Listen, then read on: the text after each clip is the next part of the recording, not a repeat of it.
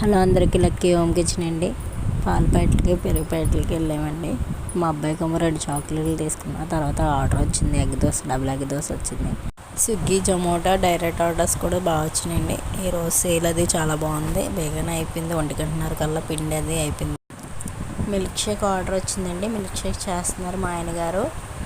అలాగే చట్నీలు కూడా తనే కడుతూ ఉంటారు. ఒక్కొక్కసారి ఖాళీ లేనప్పుడు నేను కడుతూ ఉంటాను. తనకు ఖాళీ లేదు, ఎక్కువ మిల్క్ షేక్ ఆర్డర్లు వచ్చినాయి అన్నప్పుడు నేను కడుతూ ఉంటాను. ఈరోజు మిల్క్ షేక్లో ఒక 10 వచ్చినాయండి.